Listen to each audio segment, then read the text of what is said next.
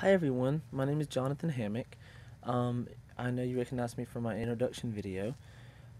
Today I'm giving my first speech, and my speech is to persuade you that Jesus Christ is the Son of God. And the way that I'm going to do that is through historical research that will stand as proof that Jesus is who he said he was. To understand why Jesus is the Son of God, you must understand the facts around his life, death, and resurrection. For years, what I'm going to talk about has been a sensitive subject to many people for many years.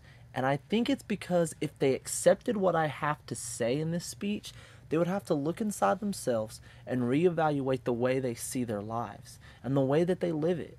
You see, this man, Jesus, he was so much more than just a carpenter who lived in Nazareth.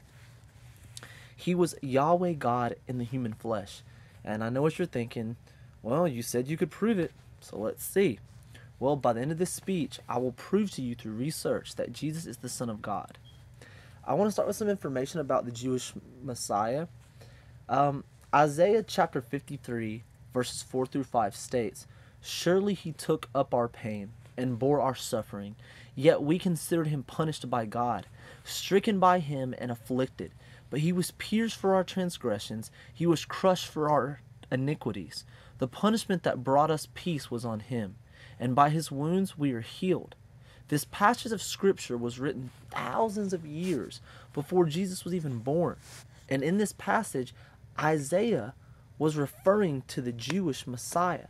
Now, what I find extremely unique about this passage of scripture is it actually describes parts of Roman crucifixion. And in the time that Isaiah lived and wrote this, the Romans weren't even an empire yet. They weren't even a people barely. They didn't have executions of deaths. They didn't have anything. And so Isaiah was literally seeing into the future of what could happen to the Jewish Messiah thousands of years later after him. And Jesus wasn't even born yet. But it describes to a T exactly what Jesus went through. Now, that's my first piece of historical evidence. And I do have more. I have lots more. Um, in this passage above, like I said before, the Messiah had not come yet. It is described as, it actually described the crucifixion process that the Romans used to crucify Jesus thousands of years before Jesus or Rome was ever on the earth. Just like I told you before. Now, I just gave you 2 points that begin to establish proof of Jesus being the Messiah, but that's just the beginning of the research. I'm going to show you, I'm going to show you much more. Now, my second thing is there is a school of thought about Jesus that I would like you to chew on, that was laid out down by a man named C.S. Lewis. This may not be solid proof to scientists, but it will add to the rest that I will show you. Now, I want you to think on this. When you think of Jesus, tell me, what do you think? Okay? Um some of you may answer by saying, well, he was a good man, or he was a great teacher. Well, you may answer by saying, well, if he was a truthful man, he was an amazing teacher, but he definitely wasn't the Messiah. Okay, so let's go from there. Let's say that was your response to me when I asked you what you thought of Jesus. Okay, well, if a person claimed to be the Messiah, then that person is one of 3 things. Okay, he is either a crazy man, a liar, or he is who he says that he is. Okay, now Jesus, people say that he was a good man. Okay, so if you're gonna say now Jesus was a good man, well, people who are good are not liars. So if he was lying about him being the Messiah, then he wasn't good. But you say he was good, so then that means he wasn't a liar in your eyes. Okay, so we can knock that one off the list. Okay, people say, well, he was a good teacher. Okay, now let me tell you something. Society does not call crazy people great teachers. So if he was a great teacher in your eyes, then he couldn't have been crazy. Because that doesn't go hand in hand. You can't say, well, Jonathan Hammock's crazy, but he's also a good teacher. Jonathan Hammock's a liar, but he's also a good man. That's impossible. That's like saying light is dark and dark is light.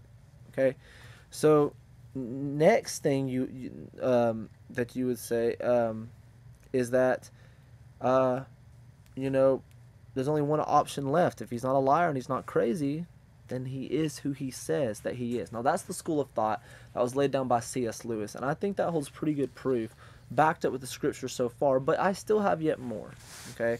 The next thing that you say is, who did he say that he was?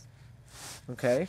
So, most people say, well, who did Jesus say he was? Well, I quote John 14:6. Jesus answered, I am the way and the truth and the life, and no one comes to the Father except through me.